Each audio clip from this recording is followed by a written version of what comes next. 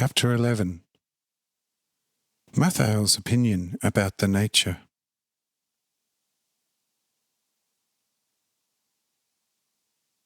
The seer. There is certainly an order on the earth, and some kind of equilibrium, from which one can soon be convinced that there must be a highest wise God, who has created things as they are now, to be seen and understood.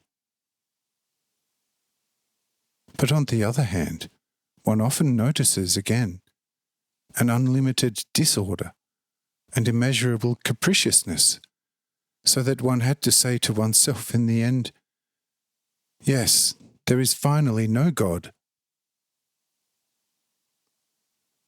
Just take the changeability of the weather. Where is there any sort of order or any sort of equilibrium to be discovered? Look at the various trees standing among one another in a wood, or the grass in the field. Further, the very uneven measure of the mountains, the seas, the rivers, the streams, the brooks, and the springs. There is no equilibrium or order, at least not for our understanding. The sea, according to situation, makes greater or lesser waves for its uneven banks. Only man can make a dam here and there. Nothing ever happens through the highest wise God.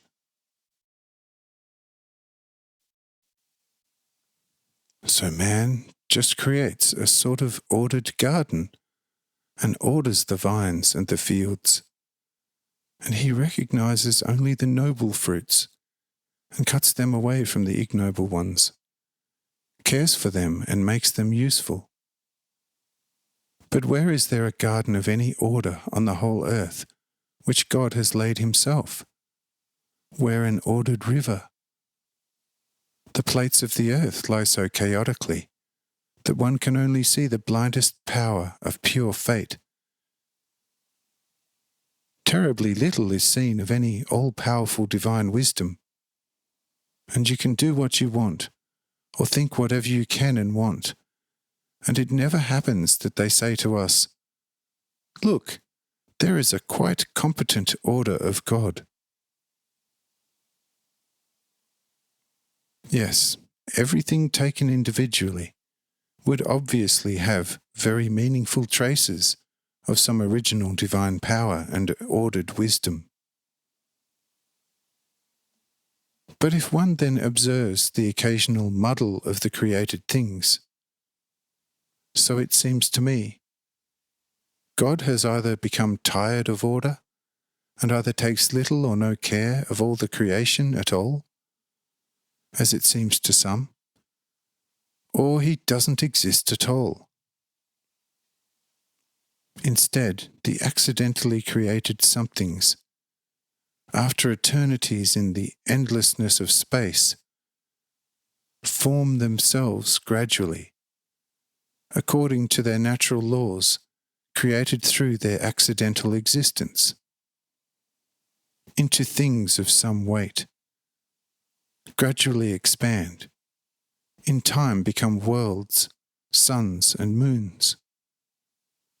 The worlds then develop in themselves depending on their size and weight, new laws, which then become the basis for new creations.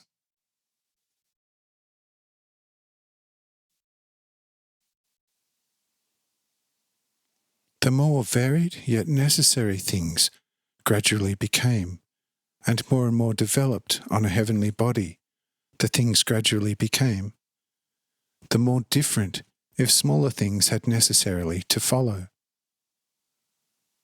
The finally very diverse things on the worlds, and the immense multiplication of the worlds, caused laws and effects from which the first traces of a sensitive life began to proceed. Once just one spark of life is formed from the previous necessities, a second had to follow, and over time, billions, who created new laws among themselves. which are the cause for the development of a more perfect life. And if life has developed into a highest life force through the laws found within itself, then the deeply intelligent life power, conscious of itself and its surroundings, begins to organize the previously mute nature and to make it subservient.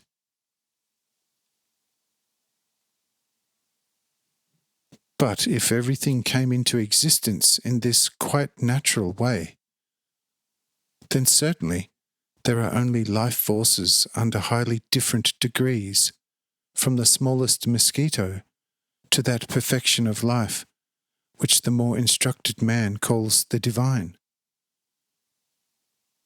On this way a good, but also in contrast an evil divinity may well have developed over unthinkably long eras.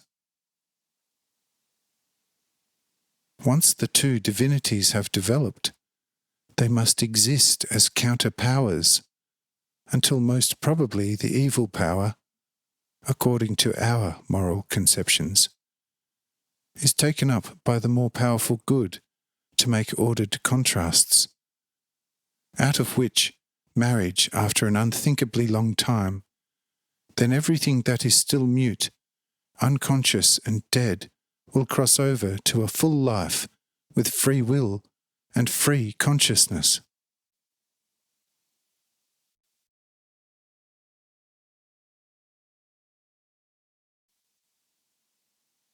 But in these times, everything is as disordered as in a true modelled war, and seems to be due to this. The now good and highest life power that we call God is not yet in the desired order. Instead, in a continuing war of subjugation with the bad life power that we call Satan. For the evil power would not fight at once, so that there is no reason to wage war.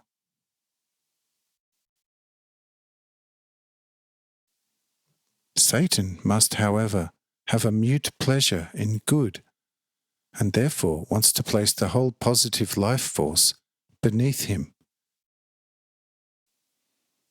But exactly through this striving, he always takes more of the positive into himself, and thereby makes his evil better without wanting to.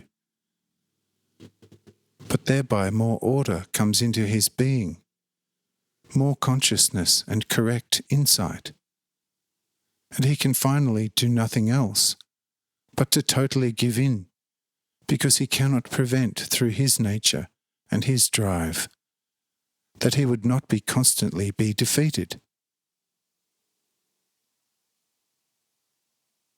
He will always remain an opposite to the pure good after his full conquering, but an ordered one. Like salt is a contrast to pure sweet oil. But if the oil tree did not have enough salt in the correct order in its roots, in the trunk, in branches, twigs and leaves, its fruit would never give a sweet oil.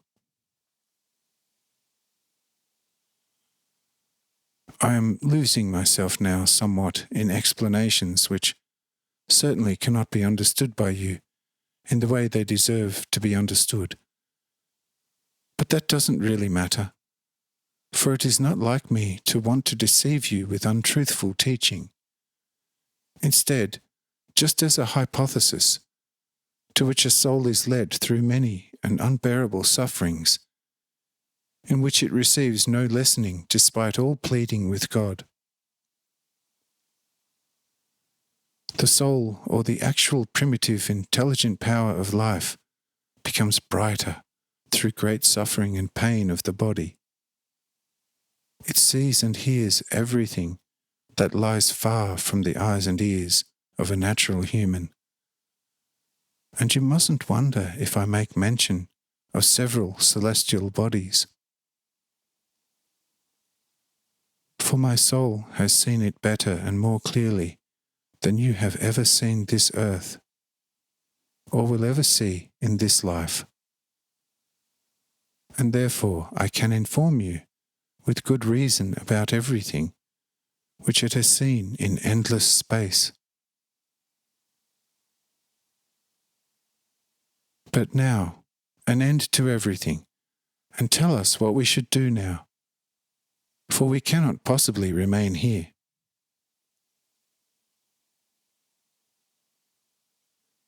Mark says, only for a little while, until the Saviour, who has healed you here before our eyes, commands it.